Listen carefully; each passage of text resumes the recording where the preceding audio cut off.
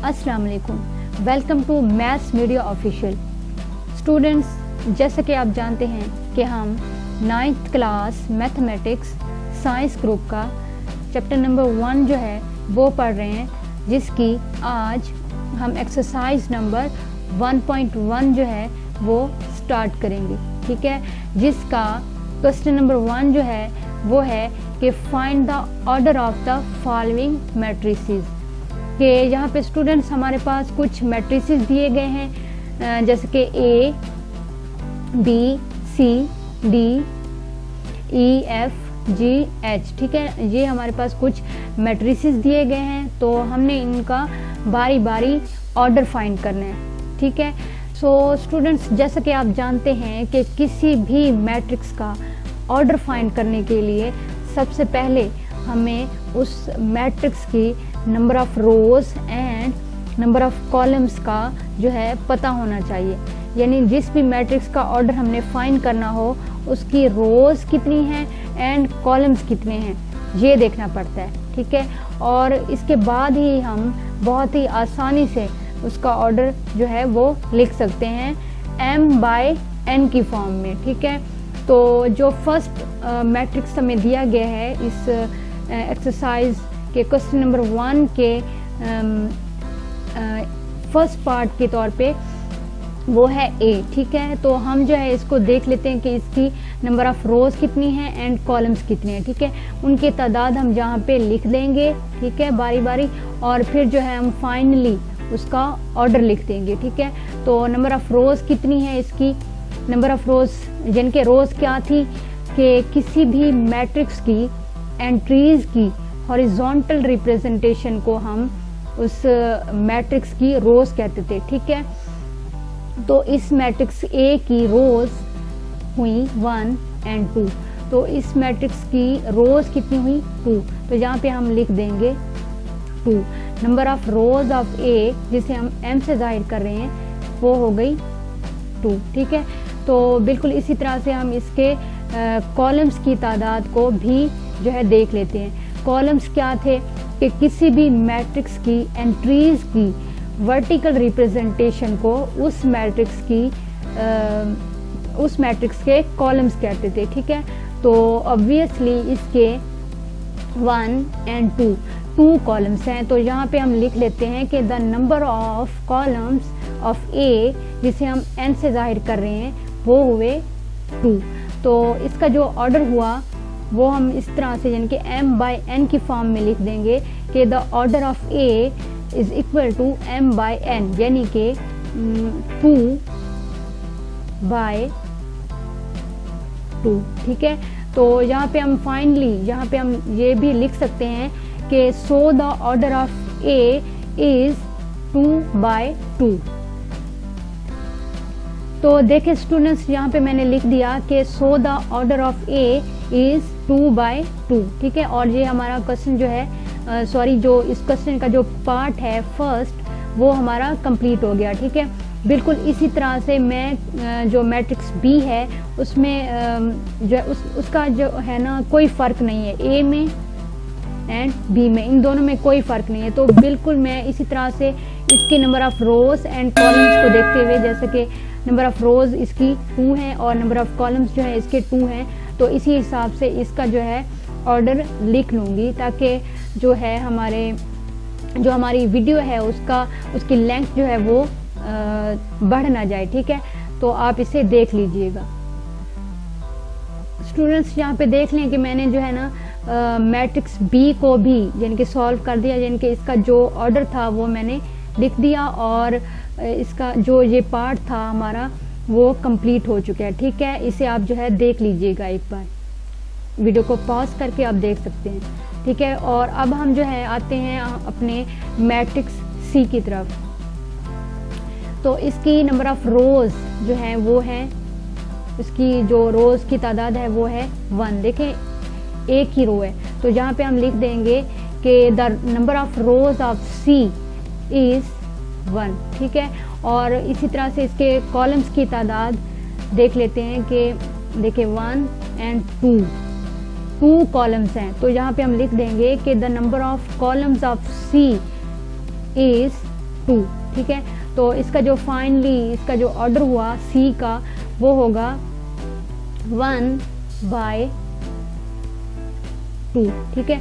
तो यहाँ पे आप फाइनल जो है इसे क्वेश्चन को फाइनलाइज करने के लिए या एक अच्छी फॉर्म में लिखने के लिए अब यहाँ पे लिख भी सकते हैं कि so the order of C is 1/2, जैसे कि पहले हमने बाकी पार्ट्स में भी लिखा था, ठीक है। तो मैं यहाँ पे लिख दूँगी और अपना जो ये पार्ट है वो कंप्लीट कर दूँगी। तो स्टूडेंट्स यहाँ पे देखें मैंने जो है पार्ट जो सी था हमारा वो भी कंप्लीट कर दिया है, ठीक है। तो ये आप इसे देख सकते हैं। तो अब हम आते हैं अपने इस मैट्रिक्स डी की तरफ, ठीक है। तो देखें इसकी नंबर ऑफ रोज कितनी है, 1 2 एंड 3 रोज हैं, ठीक है। तो हम यहाँ पे लिख देंगे कि the number of rose of D is 3, ठीक है। एंड इसके नंबर ऑफ कॉलम्स जो है वो हम देख लेते हैं। देखें ऑब्वियसली इसके जो कॉलम्स की तादाद है या जो कॉलम्स है इसका ओनली 1 कॉलम है, जस्ट 1 कॉलम, ठीक है। तो यहाँ पे हम लिख देंगे the number of columns of D is 1, ठीक है। तो इसका जो फाइनल ऑर्डर होगा वो होगा 3/1, ठीक है।